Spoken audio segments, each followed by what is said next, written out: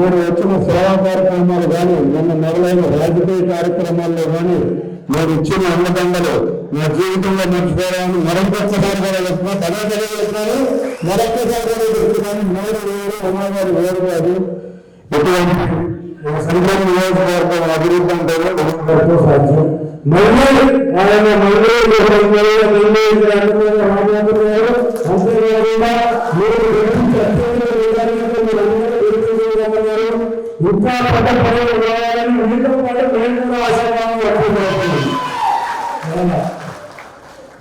ఇంకా నాయకులు కార్యకర్తలు అందరం ఉన్నాం.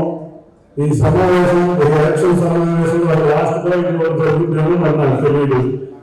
మనం అందరం కలిసికట్టుగా 45 రోజులు కష్టపడాలి. పేపర్లో కనపడటానికి వస్తారు కానీ ప్రజాక్షేమం జరిగిన ఒక్క అభ్యర్థి కూడా లేరు. మీరు ఎమ్మెల్యే అభ్యర్థి రానివ్వండి, ఎంపీ అభ్యర్థి రానివ్వండి. నేను ఎంపీ అభ్యర్థి దాదాపు 3 సార్లు 4 సార్లు కనిపించే 2019 నుంచి ఇప్పుడు దాకా. అంతేకాకుండా ఈయన వంటంలో ఈయన చేసిన అక్రమాలు దారుణాలు వాళ్ళ సామాజిక వర్గం చాలా దారుణంగా విమర్శించే పరిస్థితిలో ఉందంటే మనం అర్థం చేసి వచ్చిన అభ్యర్థుల తీరు.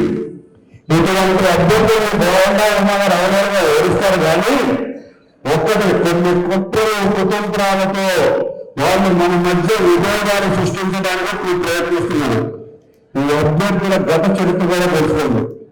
మనం ఇంకా ఈ 45 రోజులు 43 రోజులు ఉంది. అందరం కలిసికట్టుగా కష్టపడదాం. మీరు ఎక్కువగా నియోజకవర్గాలకు రావాలి. ఎందుకంటే మీరు అందరి మీద నాకు నమ్మకం ఉంది. మిగతా నియోజకవర్గాలు జరగాల్సిన నియోజకవర్గాలు చాలా ఉన్నాయి. కాబట్టి వాటి మీద నా కోరిక ఒకటే, అసెంబ్లీలో చంద్రబాబు నాయుడు గారు ఈ గౌరవ సభలో నేను రాను, ముఖ్యమంత్రిగానే మళ్ళీ వస్తానన్నారు.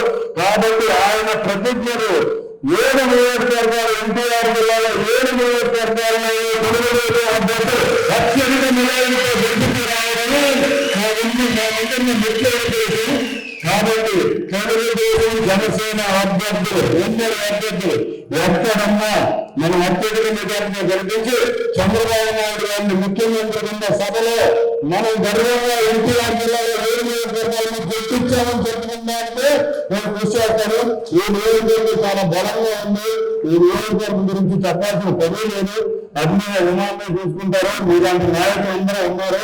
మీ అందరి కృషి వల్ల ఈ నియోజకవర్గం ఇంత గొప్పగా ఉంది. కానీ ఎక్కడ ఏమరపాటు వద్దు.